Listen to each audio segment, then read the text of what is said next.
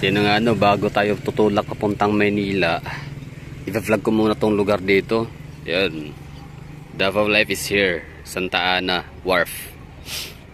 So bago tayo tutulak ng Maynila, gusto ko muna itong makita kasi matagal-tagal na rin ako bago nakapunta rito sa lugar, no?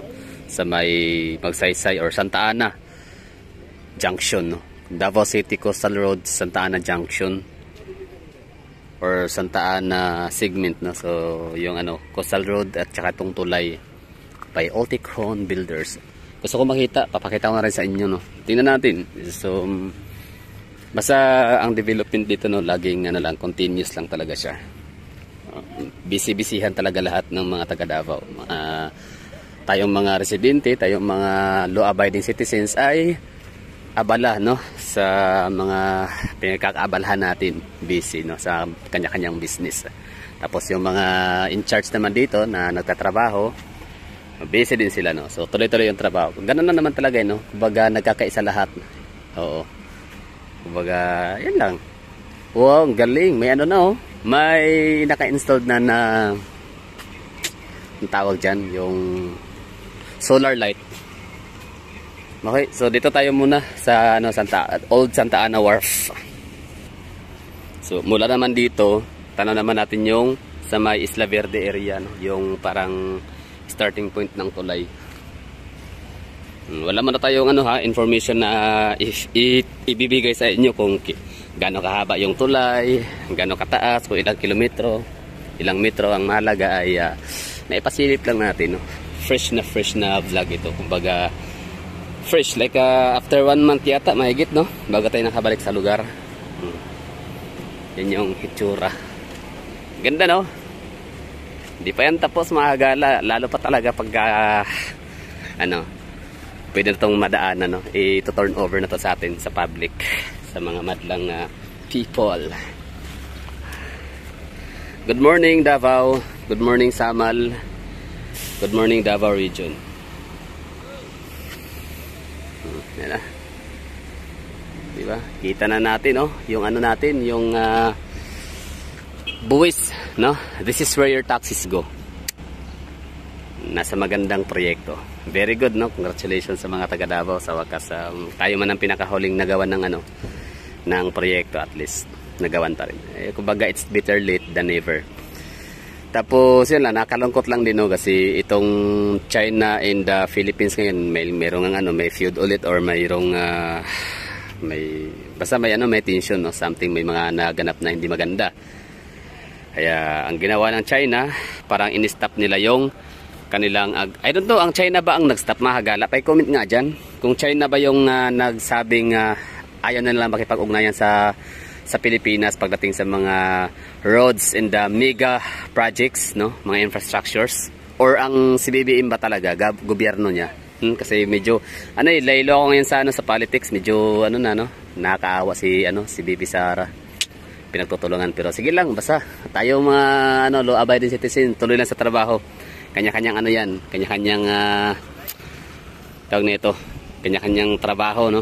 Kanya-kanya tayo sa ating mga buhay. So panigurado naman yung magiting nating mayura na ngayon ay VP Sara, ano naman siguro, nagtatrabaho siguro yan. Ibig ko sabihin parang hindi naman sa siguro hayaan ang sarili niya na mapapahamak, no, na basta lang siya titirisin ng mga taga Luzon, mga taga Mega Manila. So laban lang dyan, VP Sara. Sa kami dito, andito lang kami, no, nakasuporta. Kumbaga steady lang kami dito. Kung pag sinabi mo nga kailangan namin ang ano, suporta, ano pa ba, anong kahit anong paraan yan, kahit anong structure of support, no, or form of support, pwedeng mag-rally ba kami, physical sa EDSA, I don't know. Hindi naman, wala naman sigurong gano'n, no. O nga pala, mula rito mga kagala, maliban sa napakaganda nitong si Ramon Magsaysay or sa Santa Ana Coastal Bridge, Coastal Road, Santa Ana Junction or Santa Ana segment, matanaw din natin mula dito si ano, si Mount Apo. Ang ganda, oh, yan, oh. Meron siyang salakot. Pero sige lang, kumbaga sa ibit lang yan, andyan siya, nagpapakita siya, so nadamay siya, so naging topic siya ulit tuloy, no. Tapos, yun na nga, tulay mga hagala. Alam niyo ba to, di ba meron ng mga videos dyan, yung andun ako sa Barangay Limaw, sa Island Garden City of Samal. Sobrang ganda talaga ni Davao City tignan, no? Hindi, kahit napakalayo ko na sa Davao City, sa may Barangay Limaw na yun, sa may Babak District, Island Garden City of Samal. But still, hindi pa rin kayang ipasok in one frame, no? Si Davao City, ganyan kalaki si Davao City. But, at least, no? Kahit man lang na, yung parang buong Davao, buong poblasyon district ng Davao City nakuha natin, no, na ipasok natin sa ating frame, no, sa ating video, sa ating camera, kahit malayuan. Tapos ito talaga ang pinaka number 1 talaga, ang pinaka tatlo, no, apat actually, no, apat yung elemento na nakita natin sa aking from afar na footage, no. So si Mount Apo, yun talaga ang pinakabida. Tapos pangalawa si high-rise and mga high-rise and mid-rise building sa Davao City. So yun po yung skyline natin eh. Yun yung apat na elemento na nakita ko sa sa skyline of Davao City. So number 1, no, pinakaagaw atin siya talaga si Mount Apo. Tapos pangalawa si mid-rise and high-rise building sa Davao City. Tapos pangatlo si itong tulay na to. Ang ganda dito tingnan sa malayo. Talagang siya, attractive masyado, no. Talagang umiiksi na talaga tong si tulay. Dagdag siya sa attraction natin sa Davao. Tapos pang-apat is si Shine Hills Matina. Diba? Tapos mula dito, lakad ulit tayo doon sa may unahan. Hindi ba doon tayo nakatayo kanina? So ngayon naman ay dito tayo ulit. Sa may Old Santa Ana Wharf, kung saan may mga nagbubuhat ng mga yelo, no? Solana ice plant. Para sa isda siguro na nakukuha. So mahagala ang tanaw natin dito ay ang ganda naman ni Lanang District, ng ganda, no? Ano yan Davao Park District yan, 11 hectare. Tapos sila ng Premier, si LPDH ba yun? Sila ng basta Doctors Hospital, pangalan nun, basta Premier, no? Premier Hospital. Tapos mga gusali, ang ganda, no? Tapos ito naman si so sorry sa kamay ko. Yan naman si Ashuela Cove, no? Si South and North Tower. So far, siya pa lang ang nakatayo dyan. Actually, apat pala yan apat na tower yan dyan sila. So, ang dalawa ay hindi pa sila materialize. Pero parang nag-groundbreaking na yata. And, basta gagawa rin tayo ng vlog dyan. Tapos, dito naman yun ang Lanang District, Davao Park District, yung mga BPOs dyan, mga call center, no. Tapos yun, is Lanang Premier. Okay, akyat tayo dito sa daan na to para makuha din natin, para makapag-deliver tayo ng iba't ibang angle, di ba? No? Para hindi masyadong boring. Okay, dito na tayo, no? So, different angle ulit, kahit paano. Tanaw ulit natin si Isla Verde. Tapos, Mount Apo ulit. Tapos, yung nag-iisang skyscraper sa Davao, no? Si Vivaldi Residences by Euro Towers. Skyscraper kasi may nagsabi dyan, I don't know kung sino kaya, sir, no? Shout out sa'yo. Na sinabi niya kapag ka 30 plus or 30 above floor, skyscraper na yan. So meron tayong 37th floor na gusali dito sa Davao. Siya si Vivaldi Residences, so considered as skyscraper. In fact, siya ang the tallest building sa buong isla ng Mindanao, di ba? Okay, so from here, lakad-lakad na tayo dito. Ganda ng atmosphere. Ganda ng natin, kalangitan, no? Himpapawid. Ganda ng dagat. Siyempre wala nang walang masyadong mga tao. Although may mga areas diyan, may mga bahayan sa may Leon Garcia area, pero hindi talaga siya yung kailang mga dumi, kung ano pa mga kalat, no, yung mga CR. Hindi naman talaga siguro diretso dito sa sewers kasi ang layo, 100 mga 50 meters, 30 to 50 meters yung distance away from kabahayan. Sana ganyan lagi, no? Sana ganyan lahat ng coastal sa buong Pilipinas. Yung 50 to 100 meters away ang mga bahay, ang residential area sa coastal area. Di ba? Para maging ganito kalinis yung coastal. Walang amoy burak, no? Walang amoy puti, kung ano pa mga mababahong hindi ka nais-nais, no, na mga amoy galing sa kanal. Yan ang mahagala. Kasi ako alis ako ng Davao, pupunta ako ng Maynila, no? Tapos Maynila, tapos meron akong pupuntahan na dalawang highly urbanized city, no, na sikat din sa buong Pilipinas. Talagang kilala din sila. Marami din mga sikat na mga personalidad na nanggagaling sa kanilang napakagandang probinsya. Tapos, bibisitahin ko yun kasi yung dalawang lugar na yun, hindi ko pa napuntahan yun eh. Yung dalawang highly urbanized city. Na billionaire city, syempre HOC din yun. No? Parang madalang na yata makakahanap ng HOC na hindi billionaire city. Tapos, soon to be metropolitan city na rin sila. Magiging metropolitan or metropolis, no? So kung meron tayong metropolitan, Metro Cebu, Metro Davao, and Metro Manila, so soon to be meron din sila doon. Okay. So lakad tayo ulit dito ha. So sana kayo din ay makapunta kayo sa Island Garden City of Samal doon sa may Limao area. Kunyari punta kayo ng basta somewhere in Limao, no? Sa may Discovery Samal, actually mula doon tanong mo na rin ang buong Davao City. Talagang napaka appealing nitong si Davao Coastal Road, no, dito sa may Santa Ana. Talagang umiiksi na talaga siya, no? Hindi pwedeng hindi mo siya mapansin. Ganda niya. Kulay puti, ganon. Pero garay mo na naka-install na yung tawag nito, solar lamppost. Back on the lamppost, back on 6th Street. Okay, so punta tayo sa ilalim. Sa kabila, yung may mga nagtitinda dyan ng mga pagkain, may mga eatery, karinderya. So ito, wave breaker, no? So saan ilalagay yung wave breaker na yan?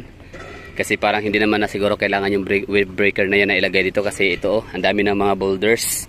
Sapat na yan. Tapos meron pang napakakapal na riprap or dicky.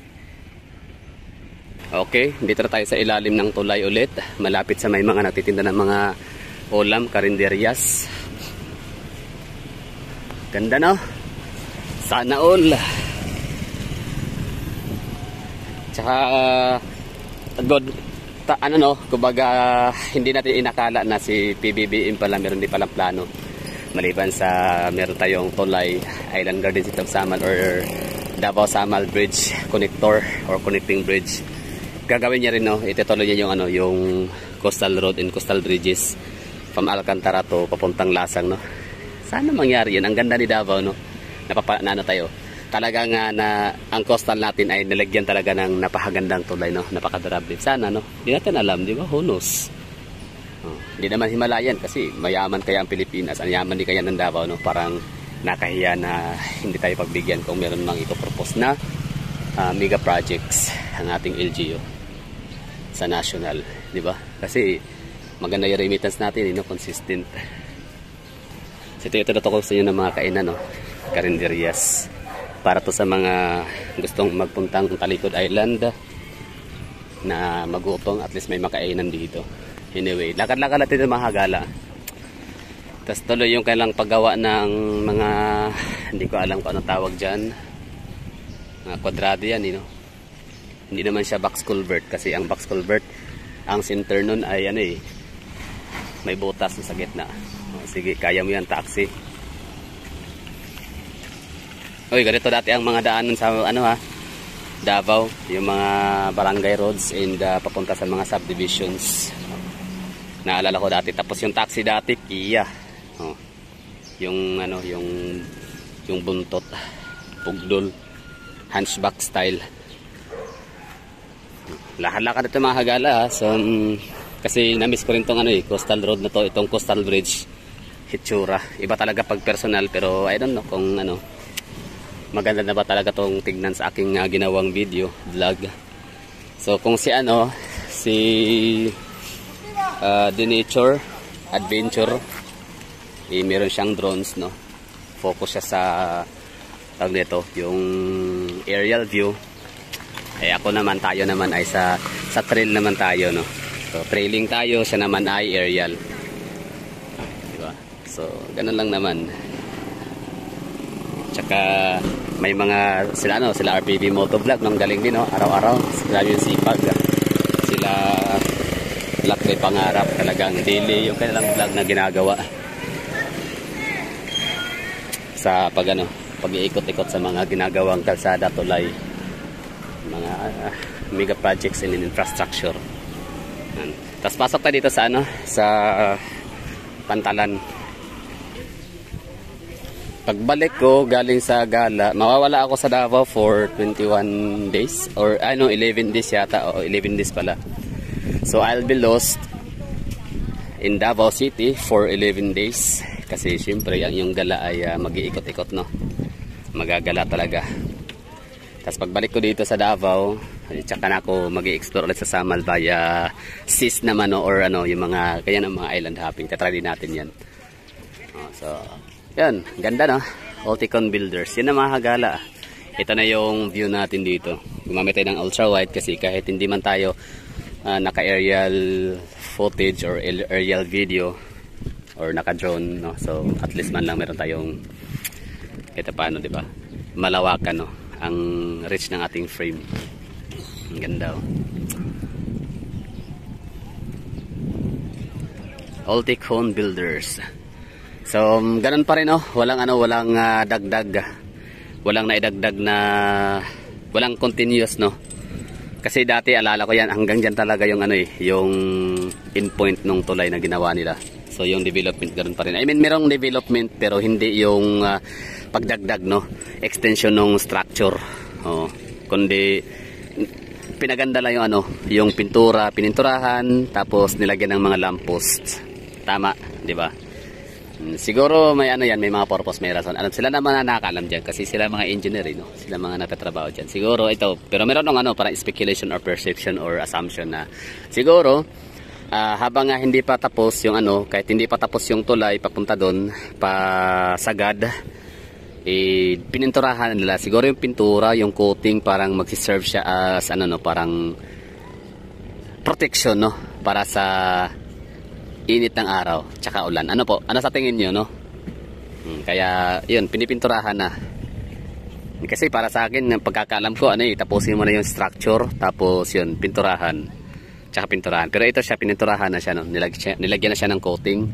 So siguro ang purpose niya ay para ma-protect siya from damage of the sun, heat of the sun and the heavy rains, di ba? Subukan kaya natin puntahan doon. Sige, lapit lang naman, puntahan natin doon kung anong ganap, meron. Kung meron na bang pattern ng daan papunta sa Alcantara, Ashuelacov. Let's see. Ano yun? Okay, so andito na tayo, no, sa pinakadulo.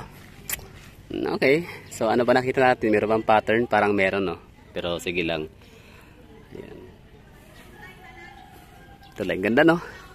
Nice one, no? Nice one. Good job. So, good job kay Ulticon kasi UBI Ulticon, no? Kasi tuloy-tuloy yung trabaho. Parang wala talaga tayong masasabing parang mga focus-focus, no, sa project. Kasi tuloy dire-diretso, no? May development. So, wala pa tayong nakikita dito. Poste, pundasyon. Ano ba tawag dyan? Di ba? Sila Kuya Dayo, sila RPB Motovlog, si Kuan, The Nature Wonder Adventure, sorry. And si Lakbay Pangarap, no. So at saka si Romeo Sabaldan, sila yung talagang magagaling sa mga gantong no. Sila ba naman ang laging exposed at nakakaharap ng mga gantong mga bagay, no, mga elemento, kaya panigurado alam na to. So I don't know kung viaduct or pier. Basta para sa akin poste, pundasyon. So maganda siya kasi tuloy-tuloy yung yung continuous, no, yung development.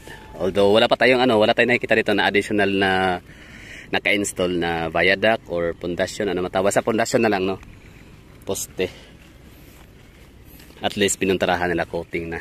Hello, Koy, good morning. So akala ko si Kuya ay empleyado, hindi, sundalo pala siya. Tagalog si Kuya. So madalas naman sa mga sundalo mga Tagalog ba, alam niyo bakit? Kasi Muslim, tapos Ilonggo, yan. Yung mga yan ay mga Tagalog speaking, yan sila ng mga sundalo. May mga taga Manila rin na nasa sa Davao. Anyway, yun, ito na yung pinaka-dulo, pinaka-endpoint ng ating coastal bridge dito sa may Santa Ana Wharf segment, di ba? Maganda. Hindi pa nga to tapos, wala pa hindi pa tapos, wala pang finishing, hindi pa siya na turnover sa madlang people, pero talagang agaw na talaga siya, agaw pansin na siya, no? Talagang kumukuha na talaga siya ng atensyon sa mata ng mga taong nasa kabilang isla sa may Island Garden City of Saman. So nakakatuwa lang. So as of now, ayoko na muna pumunta dyan ha. Ayoko nang makikiosyoso, ayoko nang magtatanong-tanong. So bahala na sila ano dyan. I leave it to The Nature Adventure. I leave it to RPV Motovlog, kay Sir Romeo Sabaldan, kaya Lakbay Pangarap, Tito Tans TV, sino ba, Kuya Dayo, no? At kung sino pa yung mga nagano. Si ano din, Roel P, no? Magaling din yun mag-vlog. So I leave that portion na sa kanila.